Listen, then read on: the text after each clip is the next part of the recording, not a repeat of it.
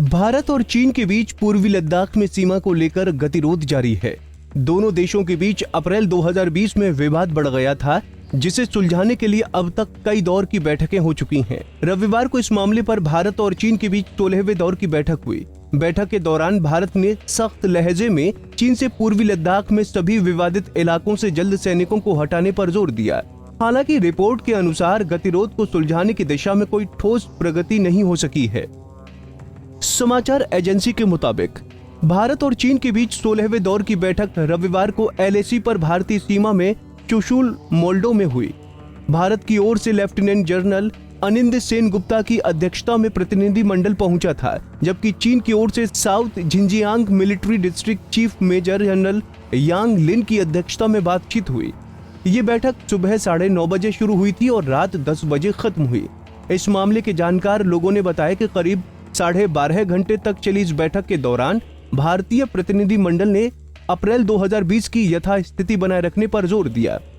Hot springs में patrolling point 15 पर disengagement पूरी होने के बाद इस बैठक में कुछ और प्रगति होने की उम्मीद थी।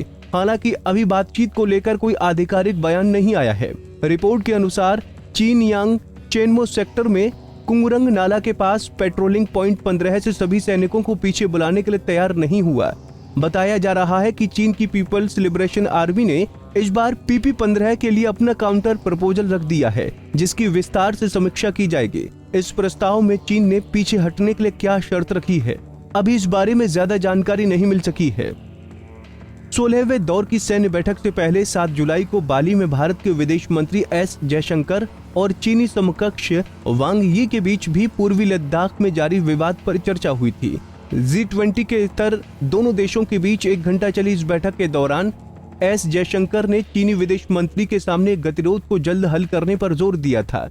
सैन्य वार्ता की बात करें तो भारतीय सेना और चीन की पीपल्स लिबरेशन आर्मी के बीच इससे पहले 11 मार्च को बातचीत हुई थी। हालांकि 15वें दौर की इस वार्ता में कोई ठोस नतीजा नहीं निकला था। आपको बता दें कि पूर्वी लद्दाख में भारत और चीन के बीच गतिरोध पिछले 2 साल से चल रहा है।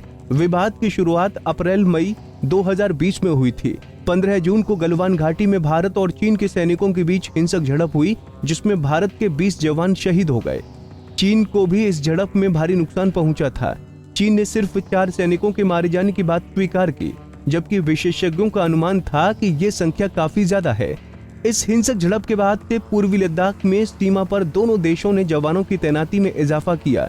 दोनों देशों से करीब 50 हजार सैनिक तैनात किए गए हैं। इसके अलावा भारी संख्या में हथियारों की भी तैनाती की गई है।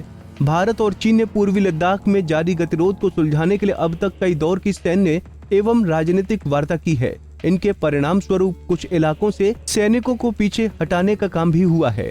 हालांकि संवेदनशील सेक्टर में अभी भी भारी संख्या में सैनिक तैनात हैं।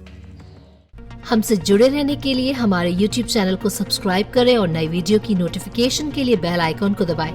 अगर आप ये वीडियो Facebook पर देख रहे हैं तो लाइक जरूर करें और ज्यादा से ज्यादा शेयर करें। धन्यवाद।